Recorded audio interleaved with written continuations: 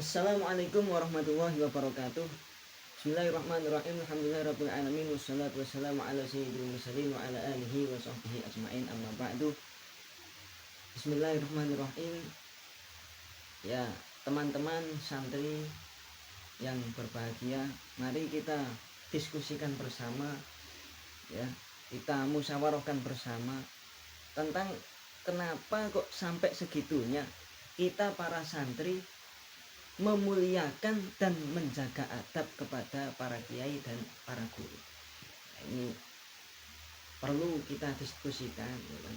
Kita perlu mencari argumen-argumen yang benar agar kita itu sebagai santri tidak hanya ikut-ikutan. Oh, ini apa itu guru saya memuliakan gurunya, berarti saya juga harus memuliakan guru saya.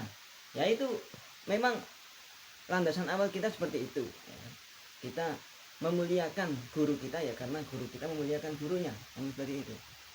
Tapi kita juga mencari argumen-argumen kenapa kok sampai seperti itu, kenapa kok kita harus memuliakan guru itu, tujuannya apa. Ini mari kita diskusikan. Jadi kenapa kok sampai segitunya kita para santri itu memuliakan kiai ataupun guru, sampai-sampai ada dari kita yang menunduk, sungkem melakukan apapun yang beliau perintah dan beliau butuhkan. Ini kalau yang saya dapatkan ini 4 argumentasi, ada 4 alasan dibalik itu. Ya mungkin silahkan nanti di komen kalau ada yang belum tidak sesuai, silahkan ataupun ada yang kurang silahkan ditambahi ya. Yang pertama kita sebutkan dulu 4 argumen ini, yakni 1, karena beliau para kiai adalah orang yang dekat dengan Allah Subhanahu wa taala, yang hatinya bersih. Dilihat dari mana kok bisa kita tahu? Dilihat dari ucapan dan tingkah lakunya. Maka dari itu kita sampai segitunya kita memuliakan guru-guru kita. Begitu pula kita juga mengikuti para sahabat juga ketika memuliakan Kanjeng Nabi itu juga sampai segitunya. Nomor 2, karena beliau para kiai adalah pewaris para nabi. Pewaris para nabi yang membawa ajaran para nabi kepada umat. Dipasrahi beliau itu, diberi tanggung jawab yang besar seperti itu. Maka dari itu kita harus memuliakannya. Nomor 3, yakni karena sebagai bentuk terima kasih santri karena telah mendidik ruh kita dan menyampaikan hakikatnya ilmu yang mengantarkan kepada kebahagiaan dunia akhirat. Ini argumen yang ketiga. Yang keempat, yakni karena guru merupakan salah satu dari orang tua kita. Ya, jadi ada 3 orang tua kita itu. Nanti kita bahas. Ya. Nomor 1. Ya, kita kupas satu persatu dari argumen-argumen tadi. Nomor 1, yakni karena beliau adalah orang yang dekat dengan Allah Subhanahu wa taala. Kita tahu bahwa beliau adalah orang-orang yang dekat dengan Allah Subhanahu wa taala melalui hati beliau yang bersih. Dari mana kita tahu? Yakni dari tutur kata yang lembut, akhlak yang mulia, istiqomah beliau dalam beribadah, dalam mengajarkan ilmu, keikhlasan beliau. Bisa kita tahu dari keseharian beliau. Hal ini sesuai dengan hadis Nabi Shallallahu Alaihi Wasallam. Bismillahirrahmanirrahim. Ala inna fil jasadi mudghah idza soluhal jasadu kulluhu wa idza fasadal jasadu kulluhu ala wahyal qalbu. Ketahuilah bahwa di dalam tubuh ini terdapat segumpal daging. Segumpal daging apa segumpal darah? Mudghah itu segumpal daging. Segumpal daging. Jika daging tersebut baik, maka akan baiklah seluruh tubuh. Jika daging tersebut jelek, maka jeleklah seluruh tubuh. Ala wahyal qalbu. Ketahuilah bahwa itu adalah hati. Jadi kita bisa, berarti mafhum dari hadis ini, yakni ketika kita ingin melihat orang itu baik, apa hatinya itu bersih atau tidak, alamatnya ya, tanda-tandanya mungkin terlihat dari luarnya. Oh, beliau apa akhlaknya mulia, berarti hatinya, berarti itu menunjukkan, mencerminkan kebaikan hatinya. Bukankah seperti itu? Ya, makanya kalau ada orang kok mau mengetes kiai, mengkritisi kiai, kok gini, maka datang itu, lihat dulu ya, lihat dulu bagaimana perilaku dan akhlak beliau, berapa lama sujud beliau di sepertiga malam, berapa tetes air mata beliau yang mengalir karena takut pada Allah, mengalir karena mendoakan santri-santri beliau dan seluruh umat muslimin. Barulah jelas mana yang patut untuk dikoreksi, mana yang tidak patut untuk dikoreksi, karena kita ya jauh makom kita di bawah beliau. Ya, ini argumentasi yang pertama, kenapa kita sampai segitunya kita memuliakan para kiai, para guru-guru kita. Nomor dua, yakni karena beliau adalah pewaris para nabi. Hadis Nabi, al ulama warasatul anbiya, para ulama adalah pewaris para nabi. Kenapa seperti ini? Karena mereka lah yang diberi tanggung jawab membawa dan menyampaikan ilmu dari para nabi kepada umat. Betapa besar tanggung jawab beliau. Yang dimaksud ilmu di sini yakni ilmu yang bermanfaat. Apa itu ilmu yang bermanfaat? Ilmu bermanfaatnya cuma satu, yakni ilmu yang membuat kita takut kepada Allah Subhanahu wa ta'ala, melaksanakan perintahnya dan menjauhi larangan-larangannya. Itu hanya itu ilmu yang bermanfaat. Karena yang namanya manfaat itu yang selamanya. Tidak ada kok manfaat sebentar saja. Manfaat hanya sekejap, hanya ada di dunia saja, tapi tidak bermanfaat di akhirat. Sebentar sudah hilang. Gitu. Itu bukan manfaat, itu bukan hakikatnya manfaat. Yang namanya manfaat ya manfaat selamanya hingga di akhirat besok. Nah, maka dari itu, karena hadis Nabi tersebut, kita memuliakan dengan betul para kiai dan guru-guru kita. Nomor 3, yakni karena sebagai bentuk terima kasih kita, karena beliau para kiai telah mendidik ruh kita dan menyampaikan hakikatnya ilmu yang mengantarkan kepada kebahagiaan dunia dan akhirat. Ini seperti yang kita bahas tadi. Jadi para kiai lah yang mendidik ruh dan akhlak kita. Beliaulah dokter hati kita. Ibarat dokter hati, beliau membersihkan kita,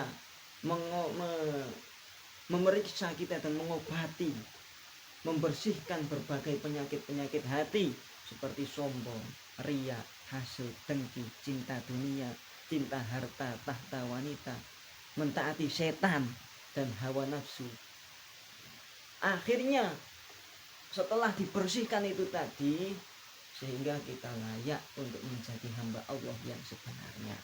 Bukan hamba abal-abal, ngaku-ngaku hamba tapi tidak mau beribadah kepada Allah, ngaku-ngaku hamba tapi tidak mau taat kepada Allah. Tuh, bukan seperti itu. Alhamdulillah, dengan adanya kiai kita bisa menjadi hamba yang sebenarnya. Kita sadar bahwa kita ini hamba dan Allah itu Tuhan, Allah yang maha kuasa, kita yang hina, tidak bisa apa-apa. Akhirnya kita tidak sombong dan lain sebagainya. Berkat kiai juga kita tahu tentang tujuan hidup. Tujuan hidup kita itu apa? Untuk akhirat. Tujuan hidup kita adalah untuk kita berjumpa dengan Allah Subhanahu wa taala besok di surga. Ya. Bukan dunia yang dikejar, tapi tujuan kita itu murni untuk akhirat. Karena dunia ini gak lama sudah mati ya. Gak lama sudah mati. Di akhirat besok selamat. Tapi yang namanya darul amal itu cuma ada di dunia. Sedangkan darul jaza ya, besok di akhirat itu hanya darul jaza. Jadi tempat untuk beramal itu hanya di dunia. Yang sedikit ini cuma 60 tahun. Itu pun kalau nutut selama-lamanya hidup 1000 tahun umpamanya di dunia. Tidak ada apa-apanya sedikit dibandingkan kehidupan di akhirat besok. Sedangkan waktu kita untuk beramal ya ini sedikit ini.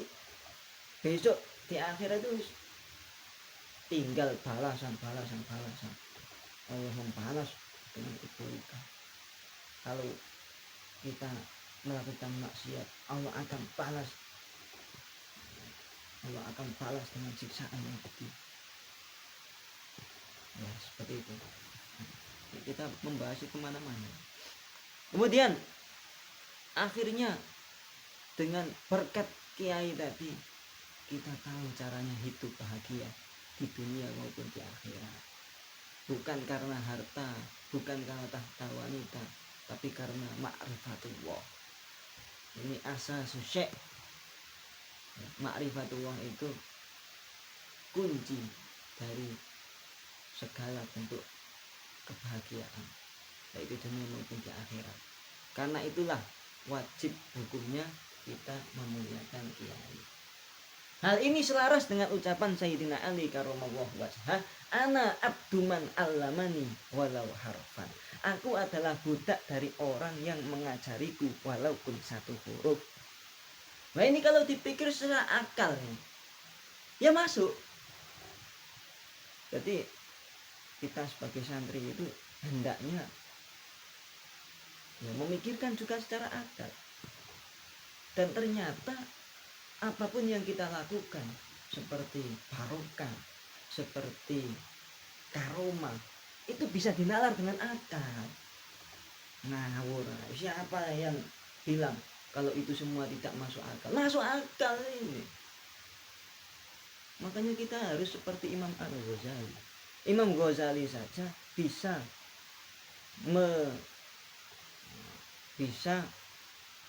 mengakalkan, merasio tasawuf dalam kitab Ihya Ulumuddin. Maka kita juga bisa merasio hal-hal gaib dan itu masuk dalam akal itu. Tapi mungkin besok kita bahas lagi tentang hukum akli dari hal-hal gaib seperti itu. Bismillahirrahmanirrahim. Nanti anak abduman alamani walau harfan itu tadi kalau kita pikir secara akal juga masuk. Karena tiap-tiap huruf hijaiyah yang diajarkan guru kita itu mengantarkan kita kepada kebahagiaan dunia dan akhirat. Yang mana kemanfaatannya itu selamanya. Bukan hanya sekejap, cuma berputar di dunia saja. Kan, tapi selamanya. Dengan huruf hijaiyah kita bisa membaca dan mengamalkan Al-Quran, hadis, dan kitab-kitab para ulama. Alhamdulillah. Kemudian yang keempat, ya, argumen yang keempat yakni karena guru merupakan salah satu dari 3 orang tua kita. Jadi ada ungkapan dari para ulama itu abauka salasah, man allamaka wa man waladaka wa man zawwajaka bintah. Orang tuamu itu ada 3. Dalam hal ini yang namanya orang tua majas, ya kan? Walid yang dimaksud di sini itu majas, bukan kok sesungguhnya. Kalau sesungguhnya ya hanya bapak ibu kita, tapi ini dalam makna saja. Orang tuamu itu ada 3, yakni 1 orang yang mengajarimu, maksudnya ya ilmu yang bermanfaat, yang kita jelaskan tadi. Yang kedua yakni orang yang melahirkanmu, jelas orang tua. Yang ketiga yakni orang yang menikahkanmu dengan putrinya, berarti mertua. Ini bapak kita ada 3. Dalam Nadhum Al-Ala disebutkan, uqaddimu ustadi ala nafsi walidi wa inna lani min walidin fat luwasyaraf fadaka murabbirru hiwaru hujauharu wahada murabbil jismi wal jismu kasotaf. Aku lebih mementingkan guruku daripada orang tuaku, meskipun aku mendapatkan keutamaan dan kemuliaan dari orang tuaku. Karena guru itu yang mendidik ruh ya. Sedangkan ruh itu bagaikan mutiara. Adapun orang tua yang mendidik jasad. Orang tua itu yang mendidik jasad, sedangkan jasad itu bagaikan wadahnya mutiara. Ya. Makanya orang tua saja wajib kita muliakan dan kita taati. Maka kiai yang telah mendidik ruh kita, yang hendaknya lebih kita muliakan dan kita taati. Apalagi kalau orang tua kita itu di samping mendidik jasad juga mendidik ruh, maka ya double harus lebih kita muliakan dan kita taati dengan sebaik-baiknya. Nah, itulah 4 argumen yang dapat kami sampaikan. Inilah alasan mengapa kita para santri wajib hukumnya memuliakan dan mentaati para kiai dengan sebaik-baiknya. Setidaknya kita para santri tahulah alasannya. Tak cuma taklid buta, ikut-ikutan saja. Orang bilang A kita lakukan A, orang bilang B kita lakukan B. Orang mengatakan untuk pesantren feodalisme, akhirnya kita tinggalkan. Ya jangan mentah-mentah seperti itu. Kita pikirkan, kita kritis, kita sebagai santri harus kritis. Apa ya alasan dibalik ini? Apa argumen yang benar agar menunjukkan bahwa yang kita lakukan ini benar? Argumen seperti yang kita jelaskan tadi. Cuma alasannya naktafi huna nasta'fikum haqqal istighfar idza wajadtum minni al-khati'at abisalat astaghfirukum. Saya minta maaf jika ada kesalahan. Kalau memang ada yang nggak terima, silahkan komentar. Alhamdulillahirabbil alamin. Assalamualaikum warahmatullahi wabarakatuh.